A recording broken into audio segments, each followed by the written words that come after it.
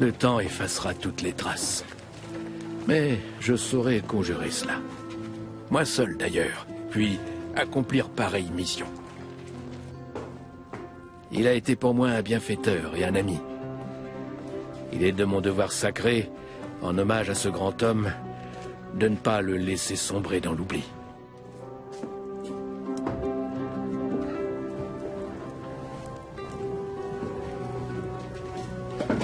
Bien des années se sont écoulées depuis ce mémorable jour de Noël où Charlemagne, mon roi, a été couronné empereur à Rome.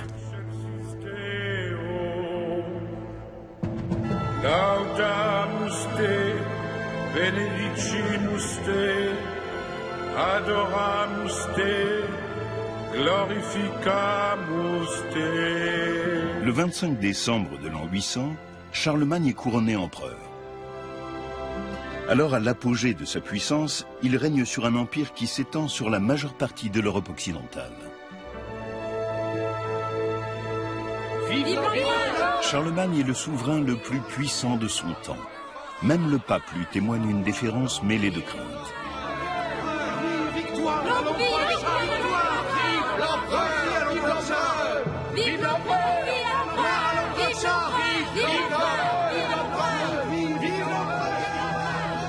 Un seul homme est à même de conter l'histoire de Charlemagne, son ancien compagnon de route, Éginard, l'un des plus illustres érudits de son temps.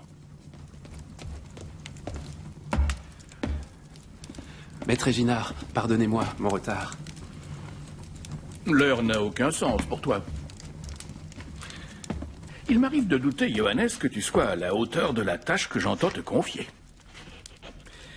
J'entreprends le projet de relater en aussi peu de mots qu'il sera possible la vie privée ainsi que la vie publique et bien évidemment les hauts faits de notre très remarquable Charles, roi des Francs et empereur. Durant les 20 années passées à la cour à son service, j'ai pu gagner sa confiance et j'ai appris à garder ses secrets. Retiens bien ceci. Tout ce qui ne sera pas consigné par écrit, tu devras absolument le garder pour toi. Oui, maître Éginard. Je ferai selon vos souhaits. Dictez-moi ce que je dois écrire. Cette œuvre portera le nom de Vita Caroli, la vie de Charles. Bien des années après la mort de Charlemagne, le lettré Éginard rédige en sa mémoire la plus célèbre biographie royale du Moyen-Âge. Il y présente le souverain comme un être de lumière, un monarque surhumain. Je m'efforcerai de couper court aux digressions. Qu'en était-il vraiment? Quelle est la part de mythe et de réalité dans cet ouvrage?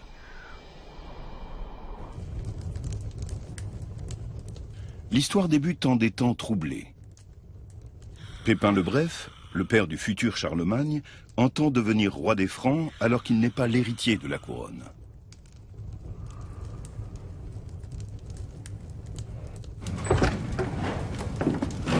Le jour se lève, Seigneur. Vous aurez veillé toute la nuit.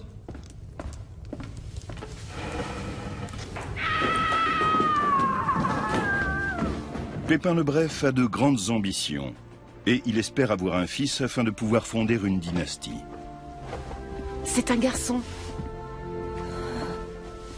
4 longues années s'écoulent après le mariage de Pépin et Bertrade jusqu'à la naissance en avril 748 de leur premier fils, l'héritier tant attendu. Va annoncer la nouvelle à ton Seigneur.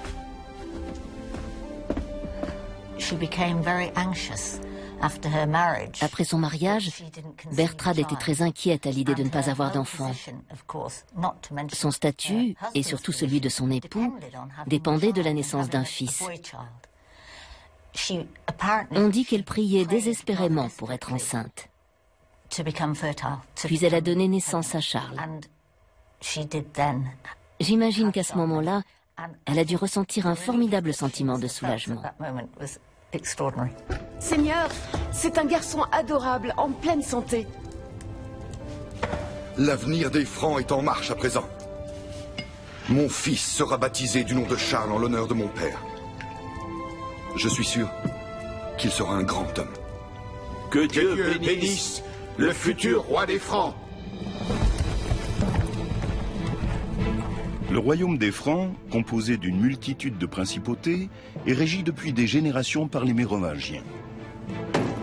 Toutefois, Pépin le Bref, qui fait partie de la dynastie des Pépinides, dispose de bons arguments pour convaincre les princes de l'aider à renverser la dynastie des Mérovingiens.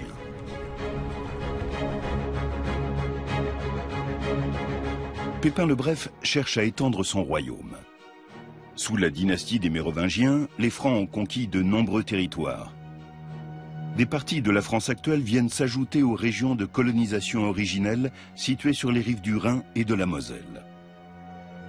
En l'espace de 3 siècles, le royaume des Francs devient ainsi une grande puissance d'Europe centrale.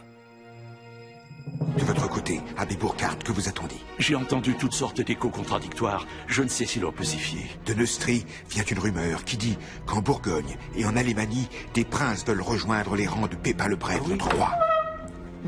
Je vous remercie d'être venu aussi promptement. Le nombre des transfuges ne cesse d'augmenter. Le roi Childéric n'a désormais plus que de rares partisans. Il n'y aura bientôt plus aucun obstacle à mon triomphe. Seulement, sans un puissant allié prêt à prendre mon parti, les opposants n'accepteront pas la défaite. Abbé Fulrat, abbé Burkhard, que diriez-vous d'une mission à Rome?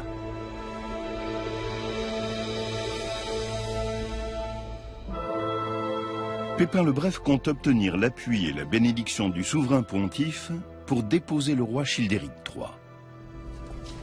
Mon brave abbé Fulrat, abbé Burkhard, je dois vous annoncer qu'après mûre réflexion, j'ai arrêté pour l'avenir du royaume franc une décision. Mieux vaut que la royauté revienne à celui qui possède le pouvoir, plutôt qu'à celui à qui ne subsiste plus guère d'autorité. Aussi, en vertu du pouvoir apostolique, le maire du palais Pépin sera fait roi des Francs.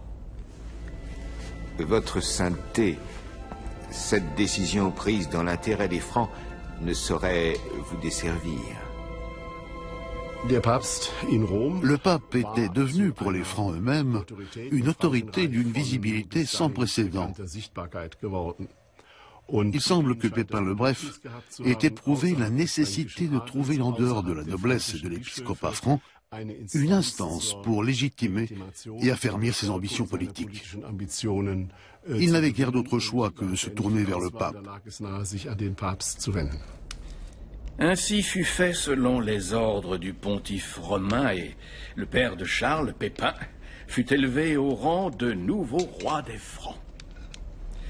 Quant au dernier souverain mérovingien, Pépin lui fit raser la tête et il lui imposa de finir ses jours cloîtré dans un monastère. Retourne donc à ton pupitre, Johannes. Cela faisait longtemps que les rois mérovingiens n'exerçaient plus le pouvoir. Ils n'avaient plus de roi que le nom. Ils arboraient fièrement le cheveu flottant et la barbe longue, et une fois sur le trône, ils jouaient à gouverner. Pépin allait continuer à procéder avec une grande habileté. Il fit la promesse au pape de défendre Rome contre tous ceux qui la menaceraient. Il prit ainsi le rôle de protecteur de l'Église. En contrepartie, Pépin reçut, ainsi que son fils Charles et son deuxième fils, qu'il nomma Carloman, l'onction papale qui sacre les rois.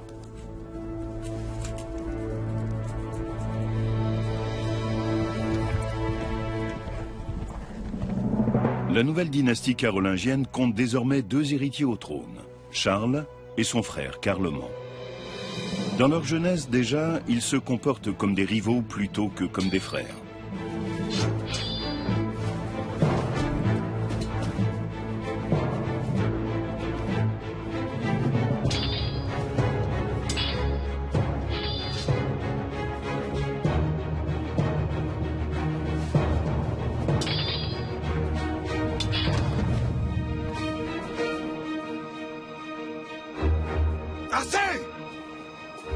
Cessez immédiatement! Carloman, le cadet, est plus adroit et remporte souvent les duels qu'il se livre.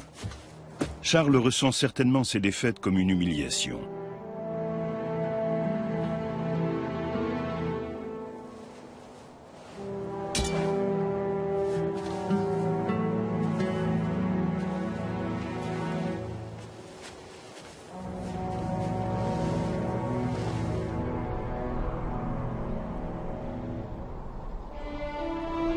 Je vous ai convoqué afin que vous soyez témoins de mes dernières volontés. Je veux partager équitablement le royaume franc entre mes deux fils. Je vous en conjure, soyez-leur aussi fidèles qu'à moi. Accordez-leur votre loyauté. J'ai divisé le royaume ainsi. Toi, Charles, tu régneras sur le nord de la Neustrie et de l'Austrie, ainsi que sur l'Aquitaine occidentale. À toi, mon cher fils, reviennent l'Aquitaine orientale, la Bourgogne, la Provence, l'Alémanie, ainsi que le sud de la Neustrie et de l'Austrie. Cette décision est sans appel.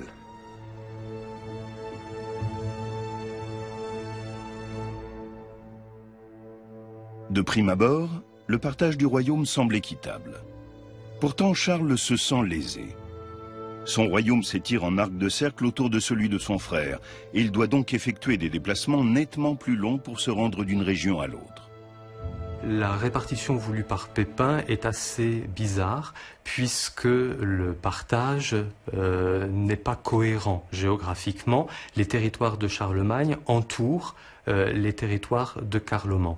Ils ont eu chacun une partie de l'Aquitaine. L'Aquitaine était depuis les temps mérovingiens une région très prisée. Ce partage très bizarre avait certainement aussi pour raison d'être de forcer ses fils à s'entendre, ce qu'ils n'ont pas su faire, ce qu'ils n'ont pas voulu faire. Il y a certainement une rivalité pour le pouvoir suprême.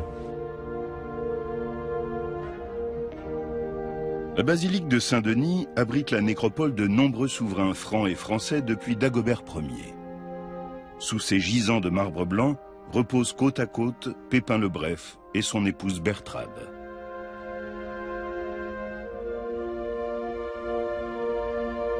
Lorsqu'il partage son royaume entre ses fils, Pépin le Bref est loin d'imaginer que cette décision sera lourde de conséquences. À la mort de Pépin le Bref, chaque frère régna sur la partie du royaume qui lui avait été attribuée par son père. Imagine un peu, ils choisirent le même jour pour les deux couronnements. Seulement, chacun d'eux avait choisi une église se trouvant dans sa partie du royaume. Et ensuite, eh bien, l'entente entre les deux frères finit de se dégrader et la paix ne fut maintenue qu'à grand-peine. Quand les festivités furent terminées, Charles et Carloman s'engagèrent dans la lutte pour l'hégémonie. Ah, mais n'était-ce pas aussi les femmes qui, à leur habile façon, semèrent la discorde?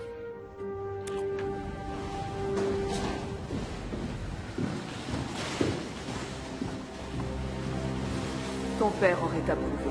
Cette famille est influente et riche.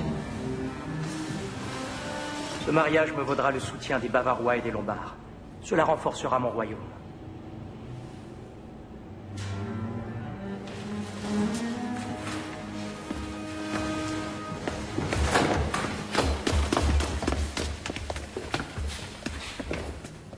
Je vous donnerai vite des nouvelles.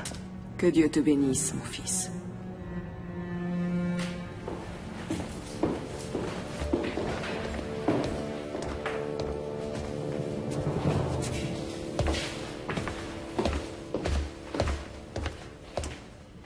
Quelle est donc l'affaire qui revêt tant d'importance?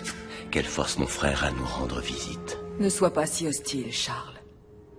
Et réfléchis bien à ceci. Tu as beau être souverain, le pouvoir ne t'est pas acquis. Tant que tu es de mon côté, mère, je n'ai pas à craindre mon jeune frère. Je te soutiendrai toujours, mon fils aimé, tu le sais bien. Mais ne sous-estime pas ton frère. Il a des alliés puissants. Les relations entre princes étaient souvent complexes et tendues.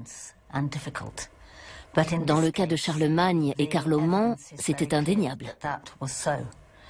Peut-être était-ce dû au lien particulier de Bertrade avec son fils aîné. Elle a sans doute essayé de rétablir la paix entre ses deux fils lorsque les dissensions sont apparues au grand jour après la mort de leur père. Mais à mon avis, elle avait une préférence pour Charlemagne.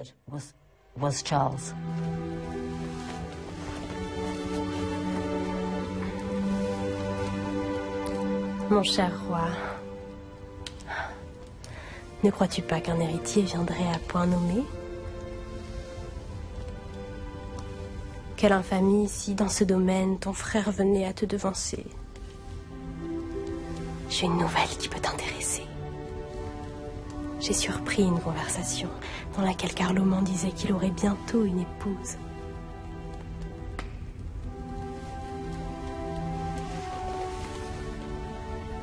Elle partage sûrement déjà ses nuits. Tais-toi.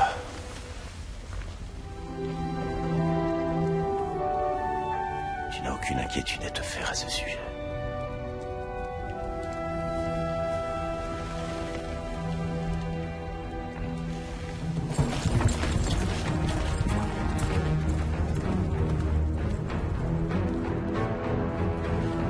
Seigneur, j'arrive des environs de Duasdif. Aucune trace de l'armée de votre frère, nulle part. Ma monture!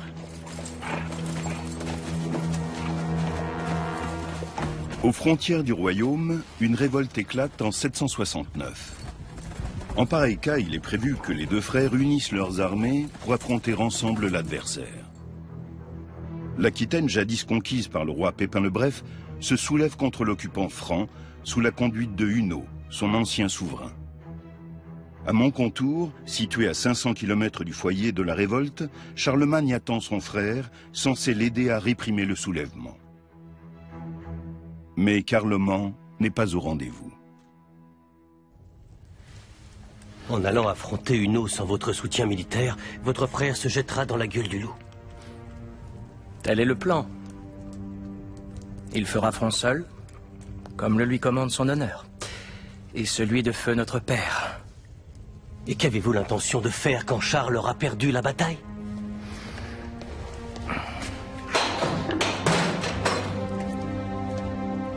Quelle noble visite.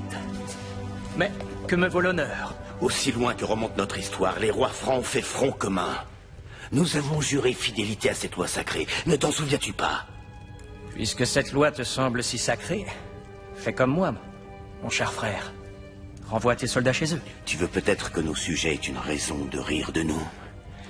Tu m'avais promis ton soutien. N'as-tu pas de parole?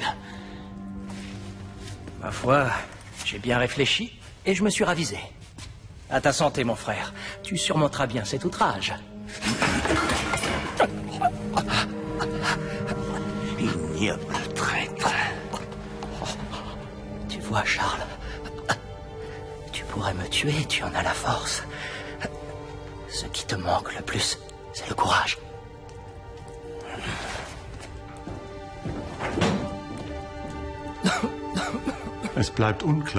Les raisons de la défection de Carloman restent obscures.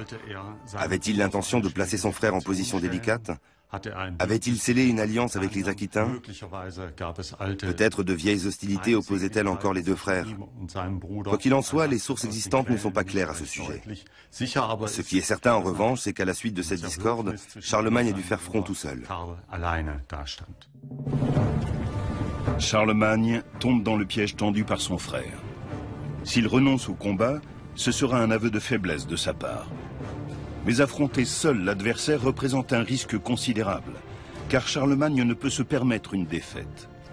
Un roi ne reste roi que si la fortune des armes, et par là même Dieu, lui est favorable. Peut-être Charlemagne s'engage-t-il avec assurance dans cette aventure, car il dispose d'armes et de techniques tout à fait novatrices pour l'époque. C'est en tout cas ce que laisse penser un précieux document conservé à la bibliothèque de l'abbaye de Saint-Gall, l'une des plus anciennes et plus vastes bibliothèques monastiques au monde.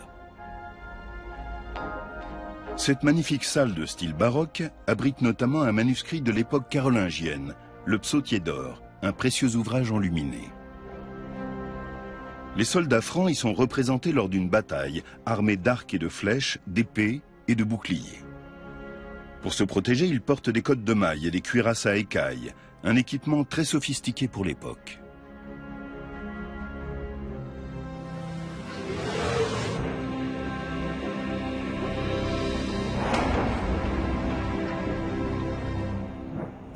L'armée de Charlemagne était extrêmement bien équipée. Et surtout, ce que l'ennemi voyait en premier, c'était les guerriers en armure, qui étaient terrifiants. Une équipe de chercheurs va réaliser une expérience afin de déterminer la vitesse et la force de pénétration d'une flèche au moment où elle frappe une armure. À cette fin, la flèche sera filmée au moyen d'une caméra à haute vitesse. Un buste en savon, dont la densité est comparable à celle du corps humain, fait office de mannequin. Le tireur est placé à 10 mètres de sa cible.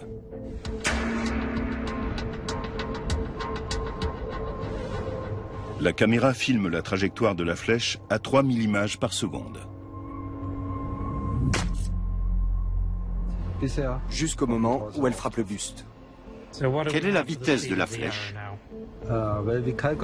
D'après nos calculs, elle atteint 45 mètres à la seconde, ce qui correspond à 162 km/h. C'est rapide.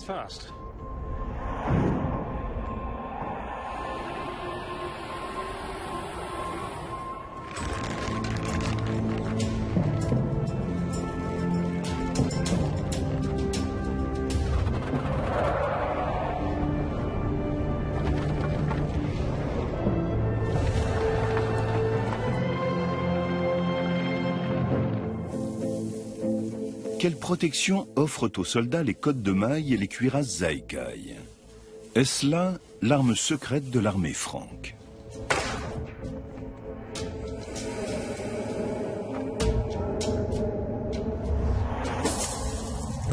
La cotte de maille était la protection la plus répandue à l'époque. Elle était constituée d'anneaux métalliques entrecroisés. À l'origine, elle était conçue pour protéger les guerriers contre les épées et les lances. Comme l'ont montré nos expériences, elle n'était pas très efficace contre les flèches, même si elle pouvait en arrêter quelques-unes. Portée seule, elle ne suffit pas à arrêter une flèche. Mais elle absorbe si bien le choc que la pointe de la flèche est ensuite aisément amortie par le pourpoint, porté sous la cotte de maille. Les cuirasses Zaïkai, en revanche, offrent une protection remarquable, car elles font ricocher les flèches. L'armée de Charlemagne, organisée en colonnes sur plusieurs rangs, s'engage en territoire aquitain. Galvanisés par la détermination sans faille de leur chef, les Francs se lancent à l'assaut des unités ennemies.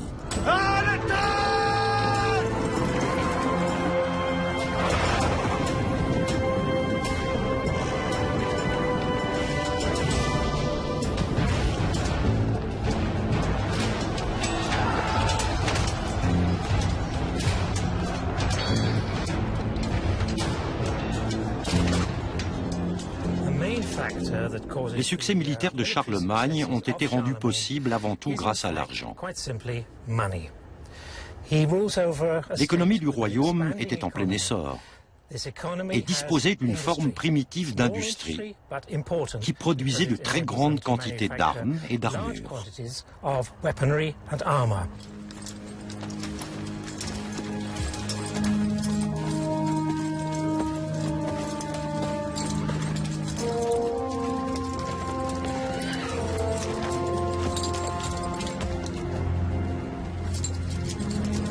Seigneur! Seigneur! Vous avez un fils! Votre épouse vous a donné un fils! Nous avons un héritier! Nous serons les Francs! Toujours vainqueurs! Allez!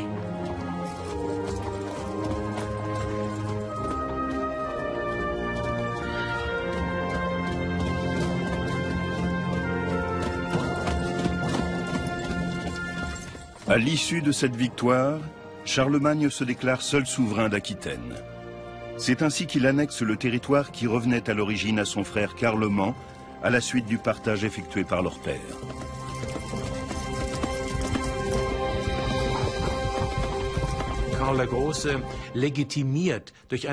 Grâce au succès de cette campagne, Charlemagne légitime son pouvoir. Il s'impose auprès de ses hommes comme un chef de guerre capable de vaincre. C'est un gage de légitimité qui conforte sa stature royale. Carloman le cadet n'avait peut-être pas envisagé qu'il serait éclipsé en cas de victoire de son frère. Avec le recul, on peut estimer que Carloman aurait sans doute mieux fait d'aider son frère à rétablir la paix en Aquitaine. Charles donna à son fils le nom de son père, Pépin. Il était évidemment très heureux d'avoir pris cette avance sur son frère et de pouvoir montrer par ce geste sa suprématie. Seulement, à peine quelques mois plus tard, se produisit une ignominie. Carloman eut lui aussi un garçon comme premier-né et lui donna également le nom de Pépin. C'était une grave provocation envers son aîné. Il faut savoir que durant tout ce temps, Charles a enduré la jalousie et l'hostilité de son frère avec une telle patience que cela finit par attirer l'attention. Ouais, beaucoup de personnes s'attendaient à le voir en colère et ne comprenaient pas qu'il puisse garder son calme. Il ne rendait de compte à quiconque, il réglait ses affaires à sa manière. Jusqu'au jour où il devint clair que sa mère Bertrade s'était également mise en tête de régler ses affaires, mais à sa manière à elle.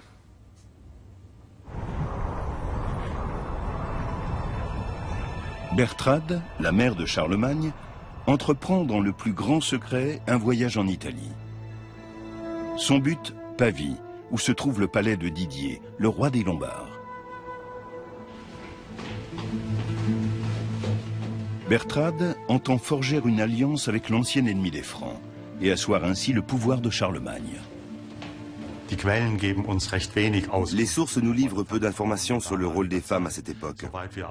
Dans le cas de Bertrade, on constate néanmoins qu'elle impose une domination inhabituelle et que c'est elle qui tire les ficelles dans le domaine politique. Honorable Bertrade.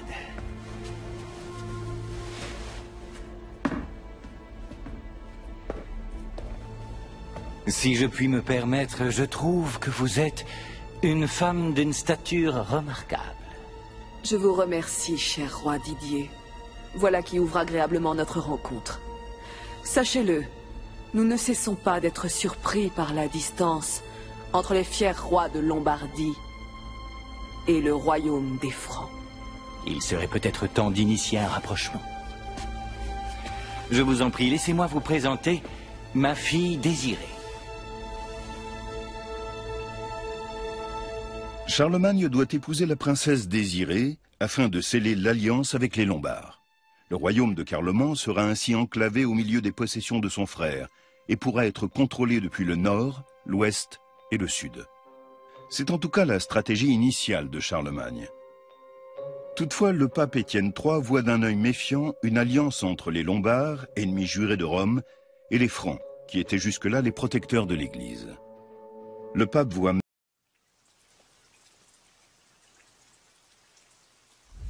même dans la manœuvre de Bertrade la main du diable. Il décide d'écrire sur le champ au roi des Francs. Dès le paradis, Satan a agi par l'entremise d'une femme. Quand il a voulu que la loi divine soit violée, une fois encore, il recourt au même stratagème. Cette idée de mariage lui a été soufflée par le démon. Le noble et sublime peuple franc ne peut certainement pas se compromettre en s'unissant à ces Lombards perfides. C'est au nom de Saint-Pierre lui-même que je conjure Charles, roi des Francs, par l'épouvantable jour du jugement dernier, de renoncer à épouser la fille du roi de Lombardie. En dépit de l'opposition du pape, Bertrade parvient à ses fins. Charlemagne répudie sa femme, Imiltrude, qui, comme le veut la coutume en ces temps-là, est bannie et envoyée dans un couvent pour le restant de ses jours. On sait malheureusement peu de choses à son sujet. On ignore notamment de quelle famille elle était issue, même si on peut supposer que cette famille n'était pas très puissante. En effet, on n'a pas connaissance de protestation à la suite de cette répudiation, alors même que Imiltrude avait donné un fils à Charlemagne. Ce fils prénommé Pépin deviendra Pépin le Bossu. Après la répudiation de Imiltrude, on ignore ce qu'il est advenu d'elle, car les sources passent cette question sous silence.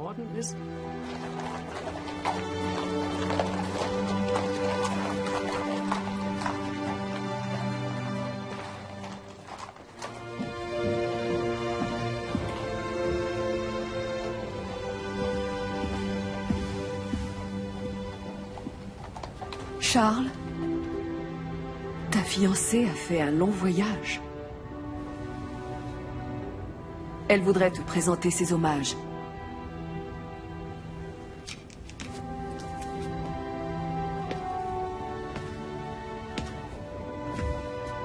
J'espère que vous avez fait bonne route.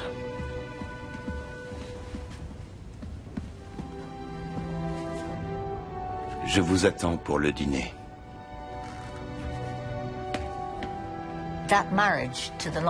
Ce mariage avec la princesse lombarde promettait d'être utile. Le roi des Lombards avait marié toutes ses filles à de puissants souverains, et Charlemagne s'est en quelque sorte introduit dans ce maillage de pouvoir déjà en place. Carloman décide alors de prendre l'initiative.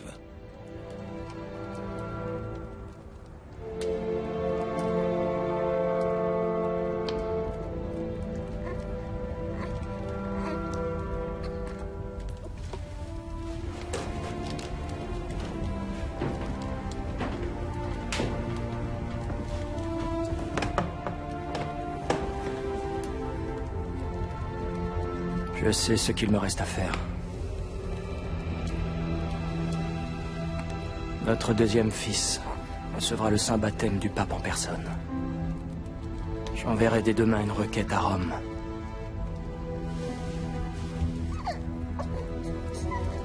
Il n'y a aucune raison que sa sainteté n'y consente pas. Vous pourrez sceller une nouvelle alliance puissante.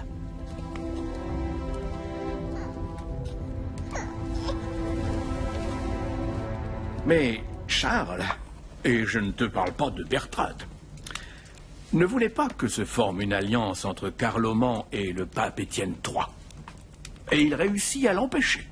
Ou plutôt, sa mère, devrais-je dire. Une fois de plus, Bertrade tira les ficelles et intrigua à sa manière. Tant et si bien que le pape finit par se ranger à son avis. Cela aurait plongé Carloman dans une si grande fureur qu'il aurait été jusqu'à envisager de mener ses troupes jusqu'à Rome. Jusqu'à la ville de Saint-Pierre, prince des apôtres, il voulait l'attaquer? C'est exact. Il aurait alors été impossible d'éviter que n'éclate la guerre fratricide qui couvait depuis longtemps. Seulement, la Providence en décida autrement. Les voies du Seigneur sont parfois réellement impénétrables.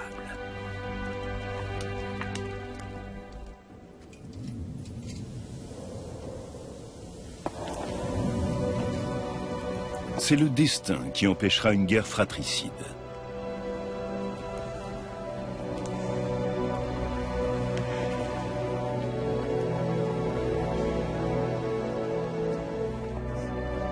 À l'âge de 20 ans à peine, Carloman meurt dans des circonstances mystérieuses.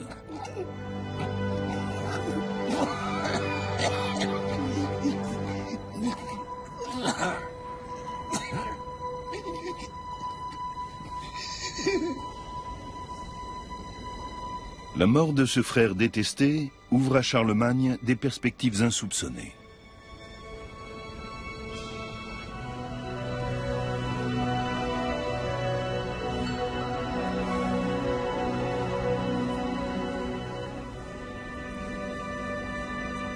Promets-moi de bien veiller sur la vie de nos deux fils.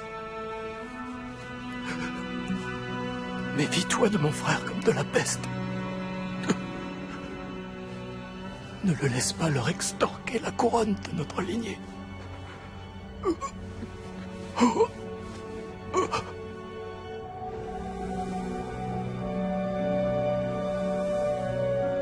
Charlemagne se proclame bientôt seul monarque du royaume franc.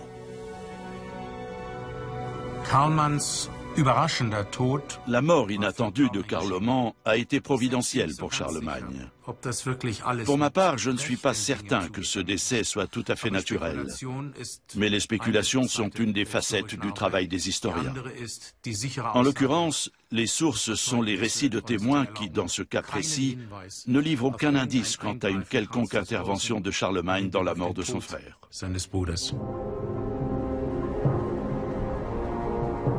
Gerberge, la veuve de Carloman, met en œuvre un plan audacieux. Afin de soustraire ses fils à l'emprise de Charlemagne, elle décide de franchir les Alpes et de se réfugier à la cour de Didier, le roi des Lombards.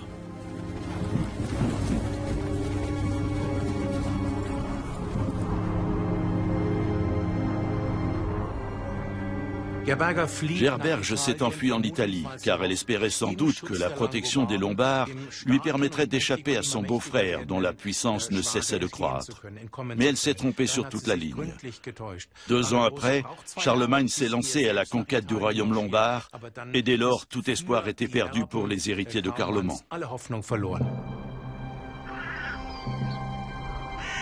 Pour l'épouse de Charlemagne aussi, les jours à la cour sont comptés.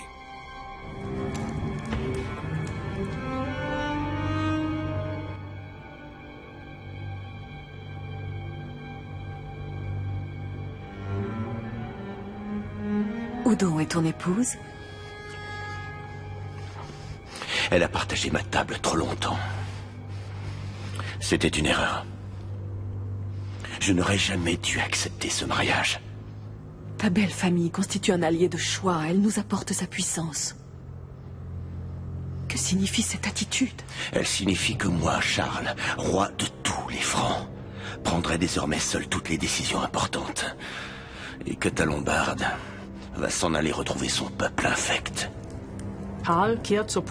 Charlemagne a renoué avec la politique de son père et s'est détourné de celle de sa mère.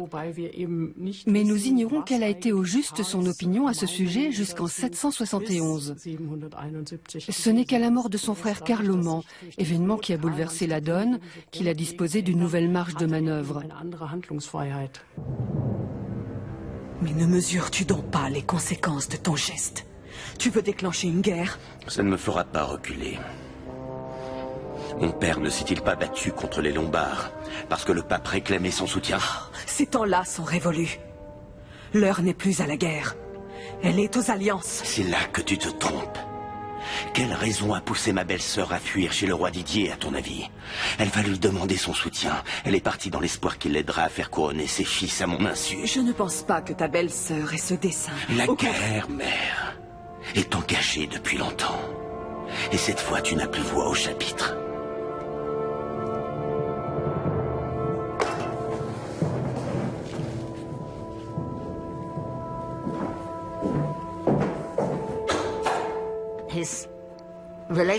Les relations de Charlemagne avec l'Italie étaient en train d'évoluer.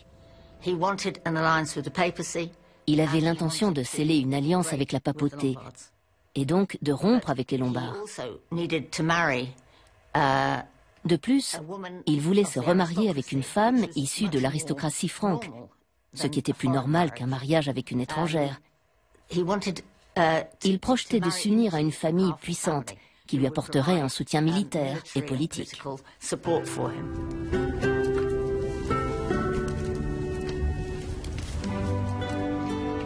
Charlemagne, qui a depuis longtemps renvoyé Désiré chez son père, roi des Lombards, épouse alors Hildegarde, la fille d'un comte de la noblesse alémanique. Au cours des 11 années suivantes, elle lui donnera 9 enfants.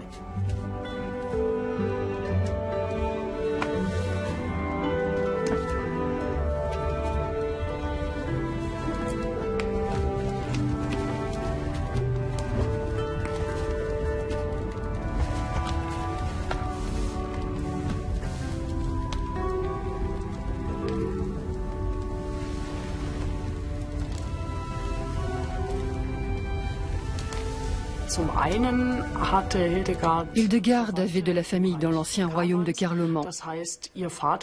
Son père est ainsi devenu un soutien majeur pour Charlemagne dans cette partie du royaume. Par ailleurs, Hildegarde, qui avait alors 14 ans, avait sans doute un charme tout particulier, car elle est parvenue à s'attirer les faveurs de ceux qui s'étaient opposés à son union avec Charlemagne. C'était une reine très appréciée qui a su s'imposer à la cour, pour autant qu'on puisse l'affirmer.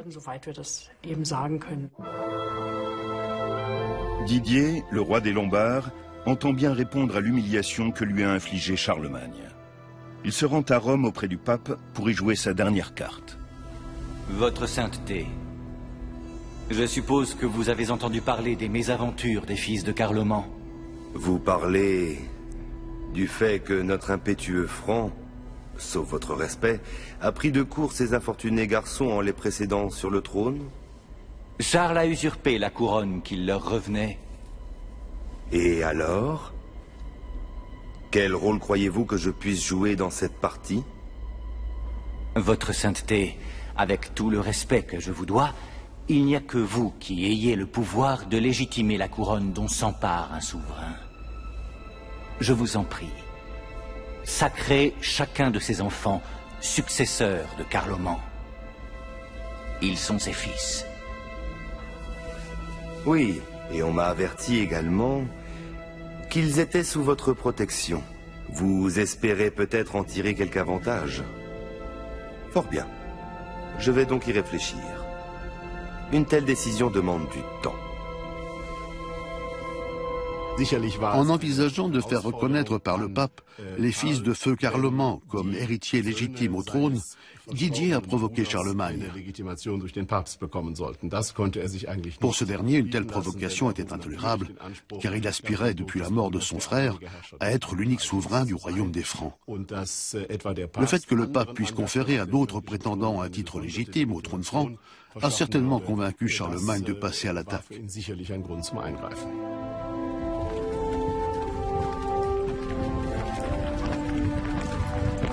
Au mois de mai 772, la guerre contre les Lombards semble inévitable.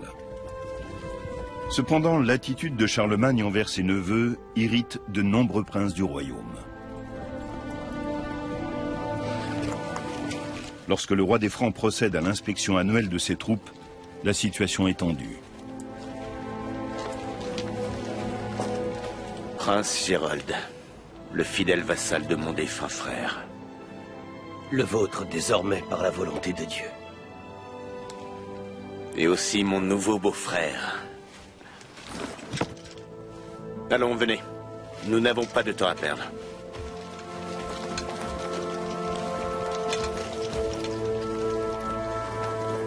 Je remarque des absences dans nos rangs. Cela me peine.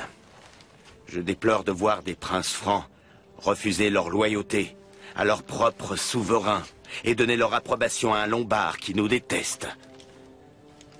Mais laissons pour l'heure un répit aux Lombards. Allons plutôt nous occuper des Saxons. Quand Charlemagne a répudié son épouse lombarde, il savait que cela entraînerait une guerre contre les Lombards. Mais il savait aussi que dans ses propres rangs, du fait de sa mère, des voix s'élevaient contre l'idée d'une campagne en Lombardie. Il lui a fallu d'abord surmonter cette résistance avant de pouvoir lancer une offensive contre les Lombards. En bon roi guerrier, il a mis cette période à profit pour organiser une campagne contre les Saxons. Car un roi à l'époque devait sans cesse faire la guerre. C'était sa principale occupation.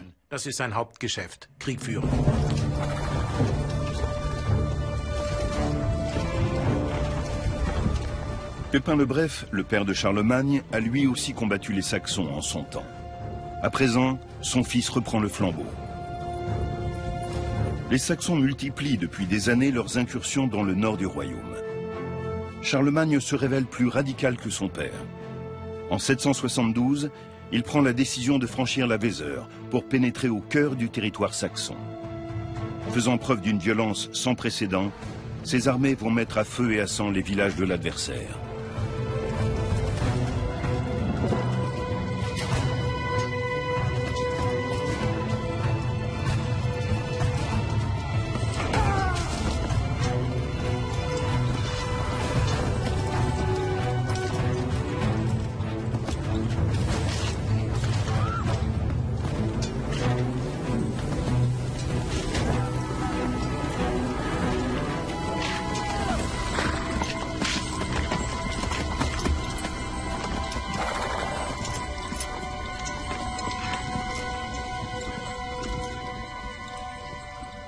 À la différence des Francs, les Saxons n'étaient pas chrétiens et n'étaient donc pas baptisés.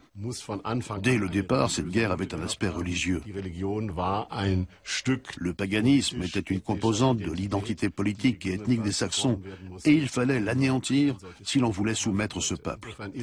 Pour Charlemagne, l'assujettissement militaire et la christianisation de la Saxe étaient indissociables. C'étaient les deux faces d'une même médaille. Qui étaient au juste les Saxons? Comment et où vivaient-ils? Dans le massif de l'Egegebirge, en Rhénanie-Westphalie, se trouve une curiosité naturelle, les Externsteine, d'imposants rochers qui auraient été un lieu de culte saxon. Jadis, les païens de Germanie honoraient leur divinité en sacrifiant des animaux. Mais ces cavernes ont-elles été utilisées par les Saxons du temps de Charlemagne? C'est l'hypothèse que cherche à vérifier le physicien Clemens Voda. À cet endroit, ça paraît bien. On va percer exactement là où la coloration est forte.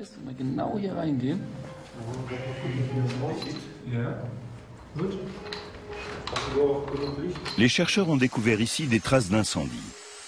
Reste à déterminer à quelle époque on a fait du feu dans cette caverne. Clemens Voda espère que la datation par luminescence de l'échantillon prélevé pourra apporter une réponse à cette question. C'est l'échantillon? Oui, ça paraît prometteur.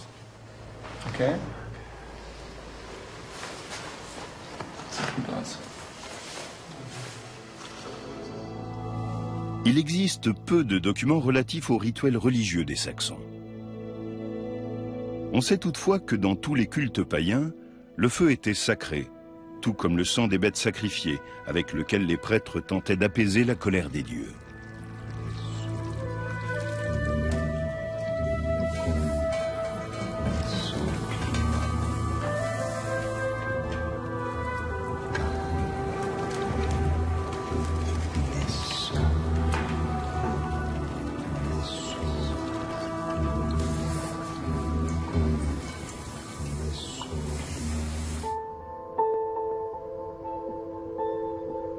Clemens Voda établit une datation de l'échantillon grâce à la technique de luminescence par stimulation optique. Les scientifiques déterminent de cette manière le dernier réchauffement des grains de quartz contenus dans la roche. Ces analyses demandent de longues journées de préparation et de mesure.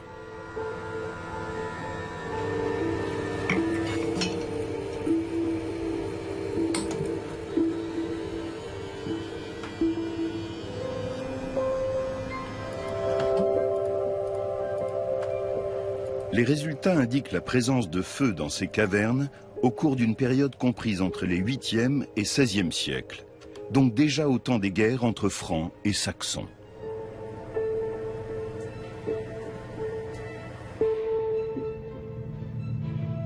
En l'absence d'autres indications archéologiques, il est impossible de déterminer s'il s'agissait effectivement de feux rituels. Dans les environs, d'autres éléments indiquent l'importance toute particulière du site. Du temps de Charlemagne, c'est ici que s'élevait le légendaire Irminsul, le sanctuaire le plus important des Saxons. Ce frêne immense était leur arbre sacré. Surnommé l'arbre-monde, il soutenait, dit-on, la voûte céleste. Au XVIe siècle, un bas-relief chrétien figurant une descente de croix vient orner la paroi extérieure de la grotte principale. Un détail insolite saute aux yeux des observateurs. Il s'agit de la représentation d'une ramification comparable aux descriptions d'Irminsul qui sont parvenues jusqu'à nous.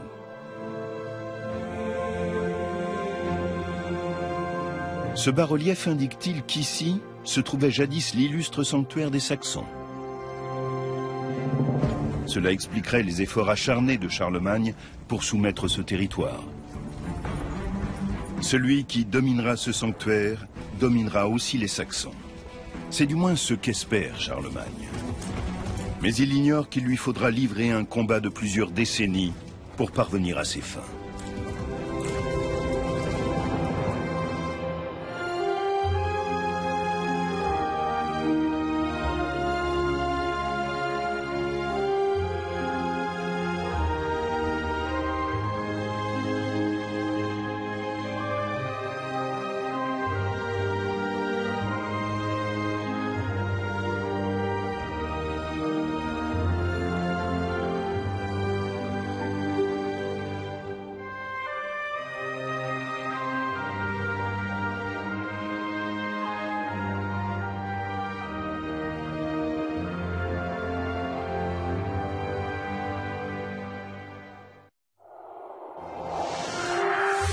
Dans un instant, le coup de génie de Charlemagne pour mettre un terme à 33